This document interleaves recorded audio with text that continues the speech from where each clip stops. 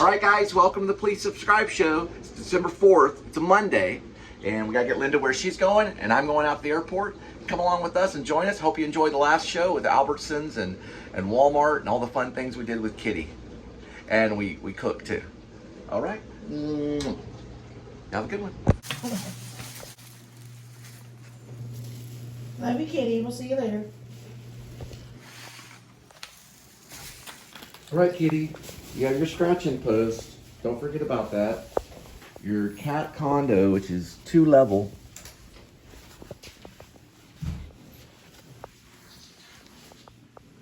And the whale shark tunnel. All right, 56 degrees Fahrenheit, 203,932 miles on the speedometer. December 4th, 2023. There's a lovely Linda. I'm Cole Spivey. Welcome to the Please Subscribe Show. There's traffic at about, 10:59 in the a.m.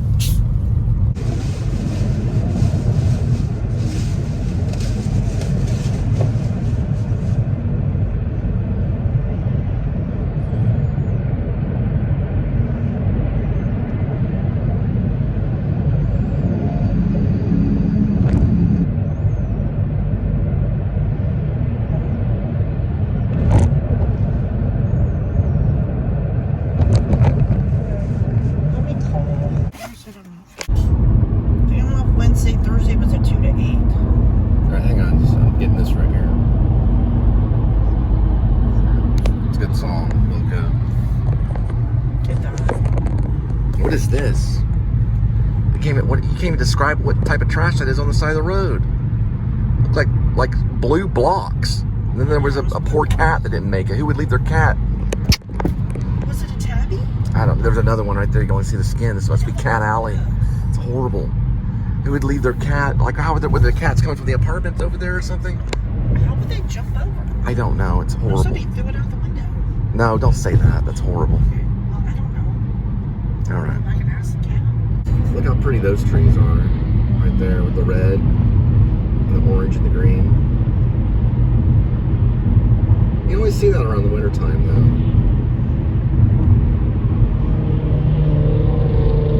You got those are bright maroon. Well, not the car, but the trees over there on those sides. It's not right winter there. yet. Winter starts December counts as winter. No. When is it? December 21st. You didn't know that. It's still autumn. It's still autumn right now. So winter is December 21st.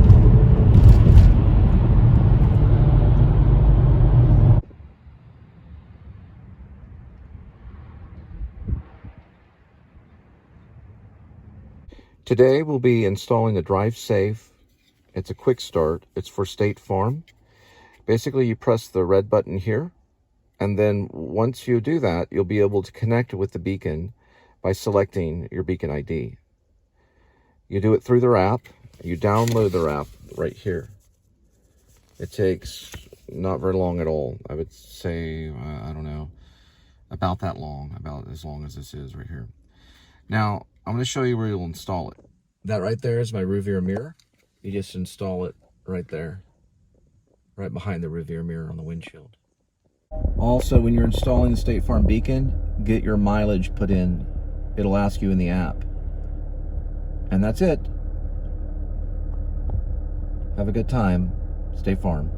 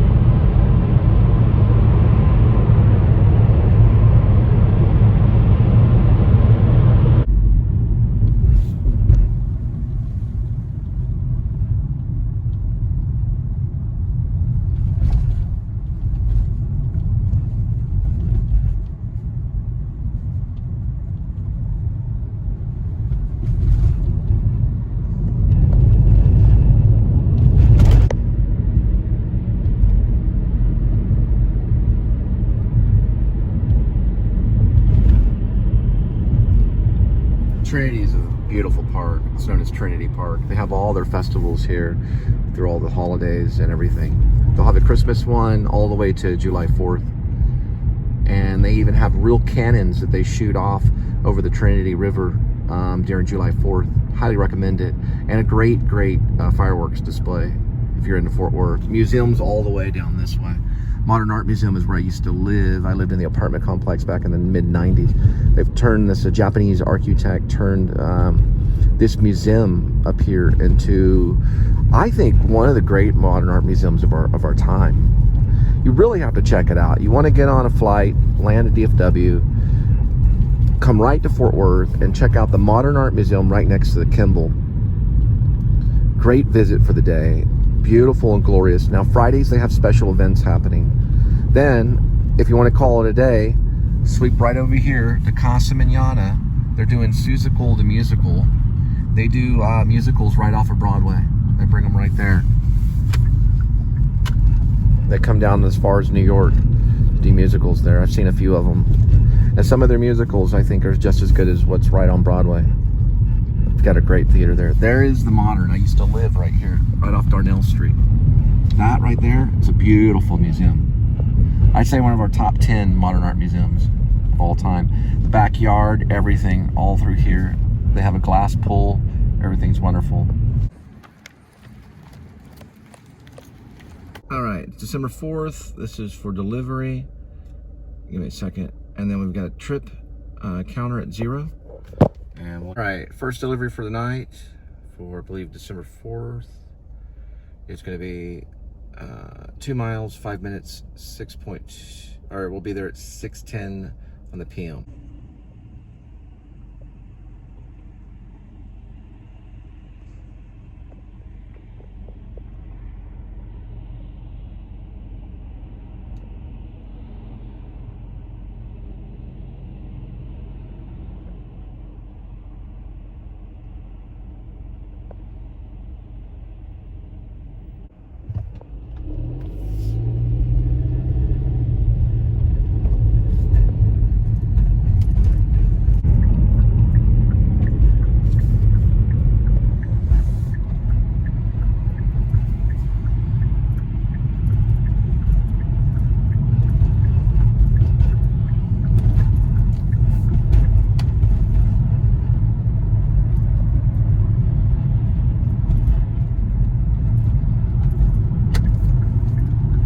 Purple lights down this university right here.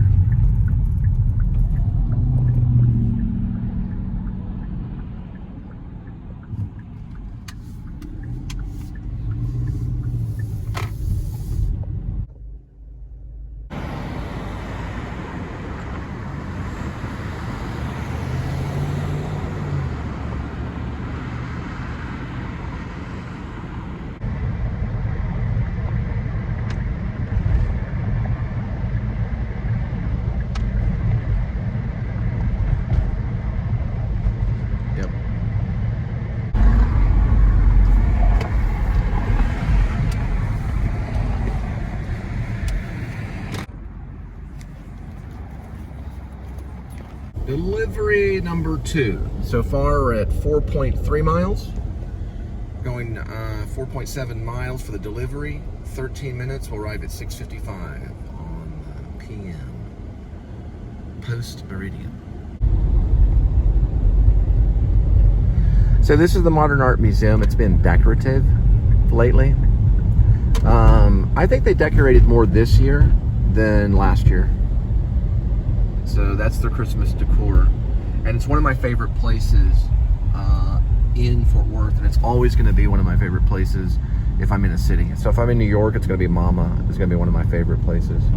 Although I do love all the little theaters. But I love to go to the Modern Art Museum. To me, it's just an escape from everything.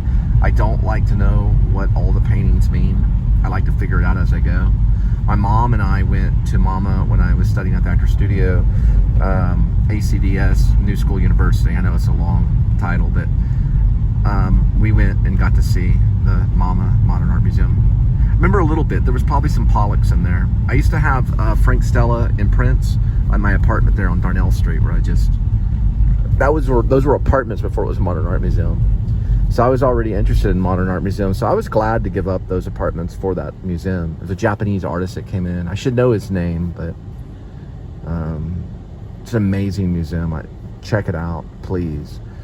I want to bring David Lynch's work in there. That's one of my goals, my big milestone in life. If I succeed, I'd like to bring David Lynch's work through that modern art museum. You know, when David Lynch is one of our great modern artists. He still paints today. He works with all different types of textures. He's been doing that for quite a bit of time. And if you followed his vlog on YouTube, which is a brilliant vlog, he talks about a lot of the textures that he worked with, like what he would be working with, like wire or glue or whatever. He was making paintings during doing all that. So he has a huge collection that needs to be taken care of. And it would be great and an honor to be able to bring it through the Modern Art Museum with his music as well as Thought Gang and things like that. We'll have to see, you know. I don't know if David Lynch is working on another project. He kind of went quiet on December 16th of, I want to say 2022. His vlog, Submarine, meaning he just kind of disappeared. He got on the fun work train and disappeared. But there was a recent posting on his community. I believe it was yesterday. So it is still active. And he had a post about peace. Because he's a transcendentalist and he likes to meditate. And he just wants, it's only about peace. So I could tell just by reading it very quickly, if you go to his community on YouTube, which is David Lynch Theater. And it's spelled Theater. So David Lynch Theater. He only right now wants to do this thing that's related to just peace. It's not political. He just wants to practice peace. And this is through meditation. And that's what's going on right now on his community. So he just posted on his YouTube community, which is a big deal. We're talking about the greatest filmmaker since Fellini. All right? All right. Going under a bridge there. Yeah, David Lynch is an amazing artist and should be watched, especially for screenwriters. He's really good for screenwriting because he gets to the heart of the matter, and he does it through meditation and simplicity, which is important in screenwriting. Trust me, I know it. I was working on my screenplay today. It's like, it makes me sad. Listen guys, the more you add on your screenplay, it can make you sad. Or maybe happy, I don't know. It can make you happy. I don't know. I don't really look at it always as a director. I sometimes look at it as a writer. And I'm thinking, I think the director can get some of this. And then I go back and look at it as a director and I'm like, this is a lot to deal with. But I feel simplicity and screenwriting is ultimately going to be fun, right? Because when you show up on set and you're only dealing with the dialogue, you're going to have so much more fun. And here's another clue. Okay, Johnny Depp, who I've seen interviewed in live flesh, doesn't even read the descriptions. He only reads the dialogue. He told everybody that. It's probably true. So you got a lot of dialogue, then you're good to go. That's how I say it. But if you need images and there's nothing wrong with it, get them from the dream. All right, TCU campus.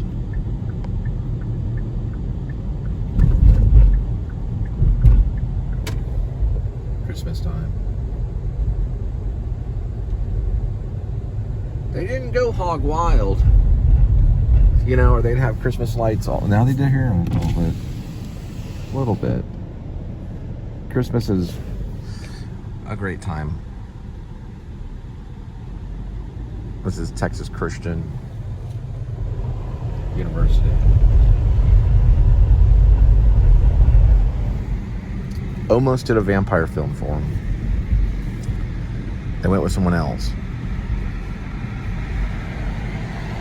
For some reason, because it was set on campus or it was coming out of TCU, to me it just sounded like the coolest thing ever. But I don't know. One of hundreds that probably auditioned. Maybe I didn't have the vamp look at the time. I should have went in with a cape, slick back hair, you know. But I showed up as a professional. So that's the new Fuzzies for TCU. And there's what was once the Hop, once was Aardvark, and now it's John's Grill, which is famous. And the rumors Oliver Stone used that outside sequence and everything for Born on the 4th of July when he was in Dallas shooting not JFK, I'm sorry. He was shooting Born on the 4th of July. But what's interesting about Fort Worth is Lee Harvey Oswald lived in Fort Worth before he moved to Dallas for a short stint, a little short period. He lived in Fort Worth. Then he moved to Dallas and became one of the world's most famous snipers, other than John Wilkes Booth, I'd say. Well, John Wilkes Booth wasn't really a sniper. I'd say assassin is what he was. This is the Fort Worth McCart area. Right on the other end, to the left, is Pascal High School, where Taylor Sheridan went to school, and me, Cole Spivey, the one running the vlog. He went to that school right there, and probably either talked to Bob Reed, or maybe even had Bob Reed for creative writing, possibly. I don't know for sure. But Bob Reed was our creative writing teacher. He wore a bow tie. He had a novel, huge novel. It was more than 1,000 pages. It was about the Civil War, called Redbird, Blackbird. And he read it to us while we were in class. We were just sitting there going, okay. And he's reading his novel. Well, not the whole thing, but just excerpts from it. And what he read was dynamite stuff. It was right down that way. And it was all printed, too, in a big binder. Something that I've never really ever done, read from a big binder of one of my novels. He was reworking it because he was adding first person. It was all written in third person. So he was rewriting in first person. I don't know if he was mixing the two. I think he rewrote the novel in first person. So he has like a third person version of it and a first person version. He was a true teacher, man. He got mad at me one time because I wrote the story about my sister and I in the woods, in the forest where we lived, and it was about 20-something pages. We were only supposed to do a 5-page, very, very short story. We weren't supposed to go over 5 pages, and I turned in like 20 pages or more, and I told him I was going to turn it into a novel, so it didn't need an ending, and he got so mad. Because I was like, I think this is a possible beginning part of a novel. And he goes, no, that's not the assignment. The assignment was to do 5 pages and to have a beginning, middle, and end. And he failed that project because one of the students was listening to it, and I believe his name was Josh Groom. He ended up being a theater producer for a little while. He produced Equus somewhere up northeast. And Josh heard me say that I don't think this needs an ending, or I don't think it has an ending. I think it just cuts off like that. Or really what I ended up saying was, I said it didn't have an ending. I didn't have an ending for it. And Josh went to the teacher, who was, Bob Reed, and told him. Now, without that me getting tattled on, I would have passed. Obviously, I would have passed. He didn't have time to read every single person's story, and this was a 20-page story. He didn't know what an ending could have been, or a cut-off ending where it just cuts off. And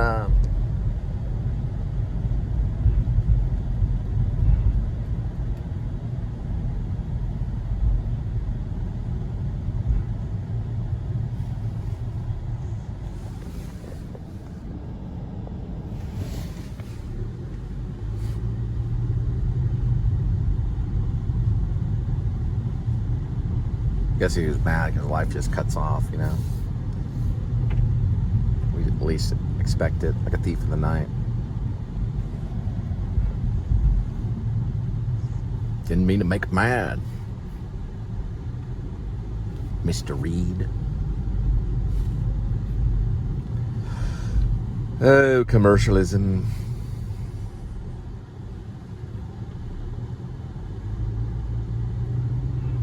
Life is commercialism and then you die. There's your ending.